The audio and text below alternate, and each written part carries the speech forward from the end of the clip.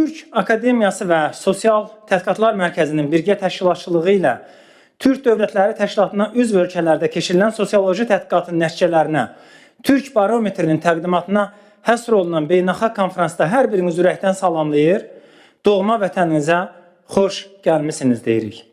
Millətlərarası və regional ictimai fikrin öyrənilməsi, müqayisəli təhlillərin aparılması siyasi elitalar, akademik çevrələr və beyin mərkəzləri üçün xüsusi önəm daşıyır. Türk Akademiyasının Türk Barometri layihəsi tarixi bir missiyanı, Azərbaycan, Türkiyə, Qazaxıstan, Qırğızstan və Özbəkistanı bir sözlə Türk coğrafiyasını elmi baxımdan hərtərəfli araşdıraraq və strateji məqsədlər naminə dərindən öyrənərək gələcəyin yol xəritəsini hazırlayır. Xatırladaq ki, Türk dünyasına baxış 2040 sənədində Türk sivilizasiyasının yüksəlişindən bəhs olunur. Türk Barometri 150 milyondan çox əhaliyə, 4,2 milyon kvadrat kilometr əraziyə, 1,3 trilyon dollardan çox üdm və geostrateji mövqeyə malik bir coğrafiyada yaşayan xalqların həyatını öyrənməklə ortaq irsin qorunmasına xidmət edir, xüsusilə elmi sahədə əməkdaşlığın inkişaf etdirilməsi üçün platforma yaradır. Bildiyiniz kimi, Türk xalqları arasında tarixi bağlar dərin olduğu üçün bütün formasiyalarda ideoloji siyasi çərçivələri aşaraq özünə inkişaf yolu tapa bilmişdir. Qürurla xatırlayırıq ki, ötən əsrin 70-ci illərində Ulu Öndər Heydər Əliyev həm Azərbaycanın, həm də Sovetlər Birliyinin rəhbərlərinin biri olarkən, bütün Türk respublikaları ilə qurulan güclü əlaqələri ilə Türk dünyasının birliyinə xidmət göstərib. Təkcə onu deyək ki, ötən əsrin 80-ci illərində Kreml sarayında Heydər Əliyev bir çoxlarının risk etmədiyi qətiyyəti göstərərək siyasi büronun Qazaxstanda və Özbəkistanda etnik milli toqquşmalara səbəb olan qərarlarına açıq etiraz edən azsaylı liderlərdən biri olub. Ulu Öndərin böyük Kitabi Dədə Qorqud, Manas, Koroğlu kimi folklor abidələrinə verdiyi dəyər, Qazax yazılı ədəbiyyatının banisi Abay Konanbayevin yubileylərində iştiraki və parlaq nitqi, dünya ədəbiyyatına xəzinə bəxş eləyən Qırğız xalqının görkəmli yazıcısı Çingiz Aytmatovu Türk dünyasının fəxri adlandırması, Qazax mütəfəkkiri Olja Süleymanovu Aziya əsərinə görə təqiblərdən qoruması, Almatada Qarbaçov yenidən qurmasının qanlı təyinatı olan Kolbinə qarşı çıxması, Özbəkistana qarşı hazırlanan provokasiya və repressiyalar haqda Şərəf Rəşidovu xəbərdar etməsi, onunla sonadək dostluğunu qoruması böyük dövlət adamının zamana sığmayan cəsarət və ləyaqət nümunələridir. Heydər Əliyevin hələ Sovet illərində Türkiyə Cumhuriyyəti ilə münasibətlərin ideoloji, soyuq müharibə şərtlərindən asılı olduğu bir dövrdə Süleyman Dəmirəllə yaranan münasibətləri sonralar müstəqilliyin ağır illərində Naxçıvanın qorunmasında müstəsna rol oynadı. İki Türk liderinin 92-ci ildə açdıqları Ümid Körpüsü Türk dünyasının birlik simvoluna çevrildi. Qars müqaviləsi 70 ildən sonra həmin yolla açıldı. Ulu Öndərin 95-ci ildə Türkiyə Böyük Millət Məclisində çıxışı zamanı Böyük Mustafa Kemal Atatürk'ün Cumhuriyyət quruculuğunu müstəqil Azərbaycan dövləti üçün örnək adlandırması fərqli şərtlər və təhlükələr qarşısında qurtuluş hərəkatı aparan iki liderin bir amalda birləşdiyini göstərir. İndi də tarix təkrar olunur. Atatürk'ün aldığı Aralıq dil ucundakı 11 kilometrlik quru sərhəddi Qarabağda parlaq qələbəmizdən sonra Zəngəzur yolunun açılması üçün mayaka çevrilib. Müstəqillik illərində Ulu Öndərin Türksoyun formalaşmasında fəal iştiraki, Türkmən şairi Məhdumqulunun, Böyük Özbək hökmdarı Əmir Teymurun, Məhəmməd Füzulinin 500, Kitabi Dədə Qorqudun 1300 illiyinin keçirilməsi də ümumtürk mədəniyyətinə, intibahına və parlaq gələcəyinə tövbələr sayıla bilərdi. Tarix boyu dünyada savaş aparan dövlətlər Avropa sərhədlərinin Çinə dək uzanan coğrafiyada 300 milyona dək əhalini birləşdirən Türk dünyasının parçalanmasına çalışıblar. Lakin hansı qitədə və imperiyada yaşamalarından asılı olmayaraq Türklər milli kimliklərini qoruyublar.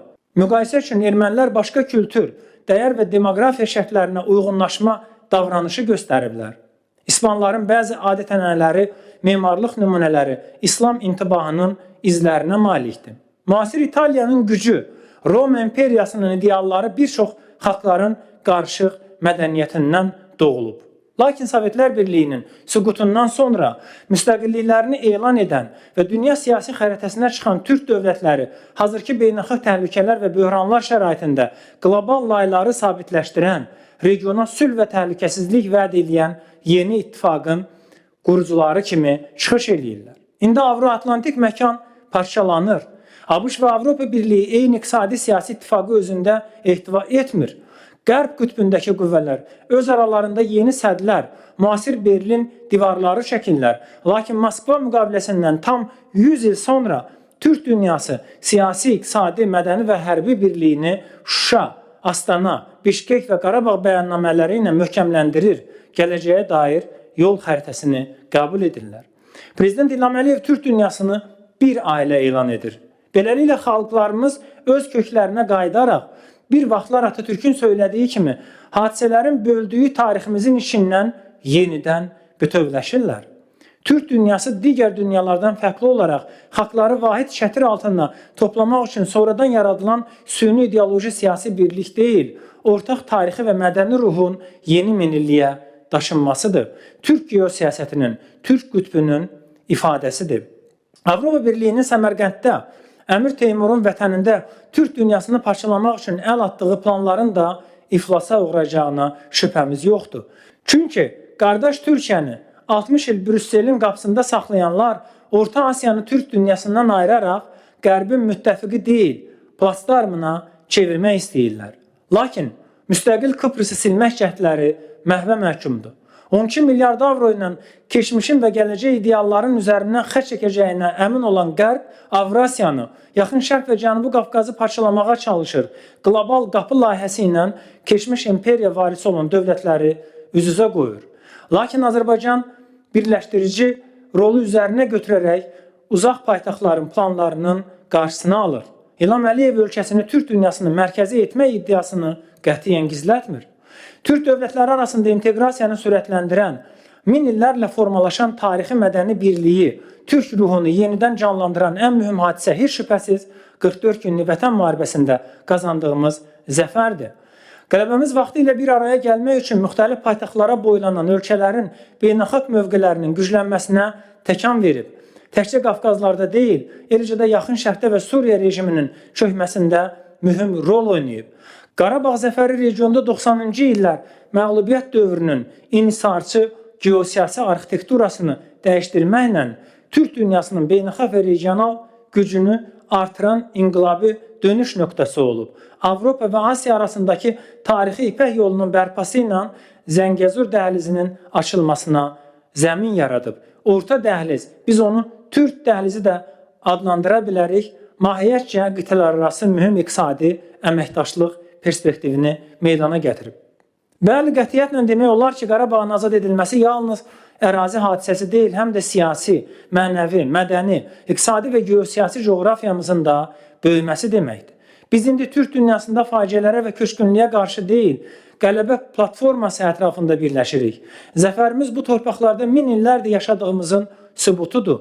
İndi Azərbaycan sözü daim torpaq etkisi yaşayan məkanı deyil, hər qarış vətən uğrunda döyüşməyi bacaran, onu qaytarmağa qadir olan bir millətin vətənini özündə əks elətdirir. Ermənilərin Qarabağda məğlubiyyəti ilə Türk dünyasını parçalamaq və üz-üzə qoymağa xidmət edən çoxəsrlik təxribat senariləri heç vaxt indiki qədər təsirsiz olmuyor. Qələbəmiz bütün Türk, İslam dünyasının uğurudur.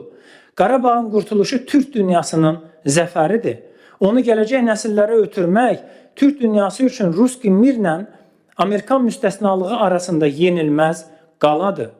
İndi Azərbaycanlıların azad torpaqlara böyük qayıdışı təkcə yeni vətən quruculuğu deyil, həm də min illərin ənənələrinə və köklərinə dönüş deməkdir. Ona görə də Türk dövlətlərinin Şuşada keçirilən zirvə görüşü təkcə mədəniyyət hadisəsi deyil, həm də siyasi mərkəzə çevrilən müqəddəs məkana Türk və İslam dünyasının paytaxtı statusunu qazandırmaq deməkdir. İctimai rəy sorğuları da deyilənləri təsdiq edir. Sosial Tədqiqatlar Mərkəzi tərəfindən 24-cü ildə keçirilən rəy sorğusuna əsasən 61,6% respondent Azərbaycanı ilk növbədə Türk dünyası ölkəsi olaraq görür. 84,2% respondent Türk dövlətləri arasında əməkdaşlığın iqtisadi, mədəni sahələrlə yanaşı hərbi, siyasi istiqamətlərdə genişləndirilməsi istəyini dilə gətirir. Respondentlərin 77%-i ölkəsinin milli mədəni dəyərlərini qorumalı olduğunu bildirir. 84%-i ailənin, cəmiyyətin milli adət-ənənələrinə uyğun həyat tərzini vacib hesab edir. Türk dövlətlərində yaşayan hər iki nəfərdən birinin digər Türk dövlətlərindən dostu var. Bu, cəmiyyətlər arasında yaxınlığın göstəricisidir. Həmçinin 76% Türk dövlətləri arasında münasibətlərin 20 il əvvəlki ilə müqayisədə daha yaxşı olduğu mövqeyini bölüşür. Bu göstərici Azərbaycan üzrə 86%-ə bərabərdir.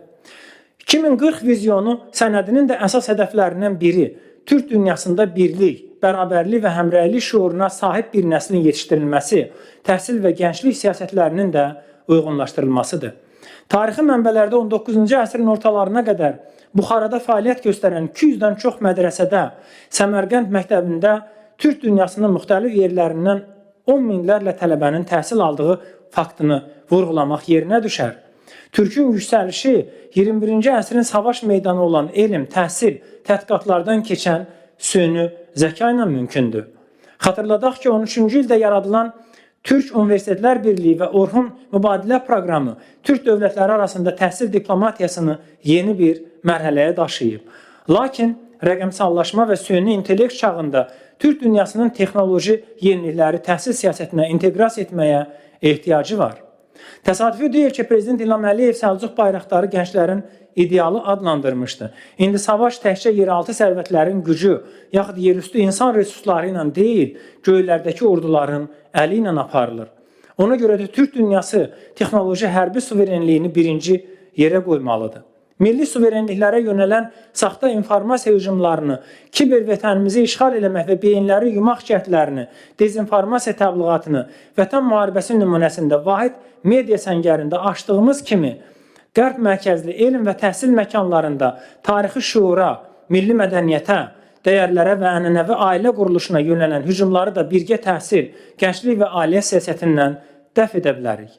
Qərbi mütərəqqi ali təhsil ocaqları heç də Kaşgarlı Mahmudun, Nizami Gəncəvinin, Əlişir Nəvainin, Cəlaləddin Ruminin, İbn Sinanın, tibb, astronomiya, məntiq, riyaziyyat və digər elmlərin tədris edildiyi mədrəsələrdən daha qədim tarixə malik deyil.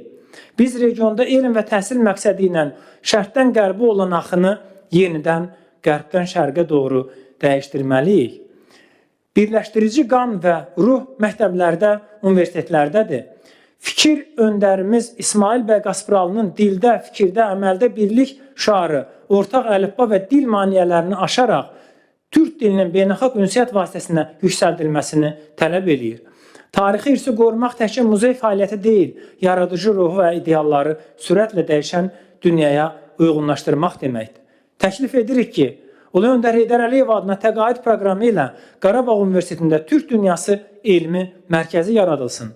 Qafqazın konservatoriyası hesab olunan bir məkanda Türk dünyası ali musiqi məktəbi inşa olunsun.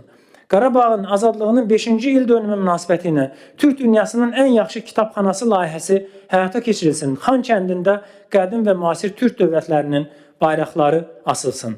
İnanırıq ki, Türk dövlətlərinin beyin mərkəzlərinin birgə tədqiqat planları və hədəflərinin uzlaşdırılması hazırki qlobal təhlükələr və böhranlardan çıxışın yeni dünya nizamının güclü qütbi rolunu üzərinə götürməyə imkan verəcək. Müzəffər Ali Başkomandanın söylədiyi kimi, biz əminik ki, gün gələcək dünyanın bütün məsələləri Türk dövlət təşkilatları ilə məsləhətləşmə yolu ilə qəbul ediləcəkdir. Dünya tarixinə yön verən qədim millətlərdən biri olaraq Türklər təhlükəsiz gələcəyin yeni 100 ilin qurucularıdır. Çıxışımı ərazi, siyasət və nüfuz coğrafiyamızı böyüdən böyük Türk hökmdarı Əmir Teymurun sözləri ilə bitirmək istərdim. O deyir, Türklər qəhrəman millətdilər, mərddirlər, sözü bütövdülər. Keşkə başladıqları kimi də bitirə bilsəydilər. İnanırıq ki, bu tədbir münasibəti ilə biz hamılıqkən böyük ideallar naminə yaxşı başlayıb, uğurla da bitirə biləcəyik. Diqqətinizə görə sağ olun.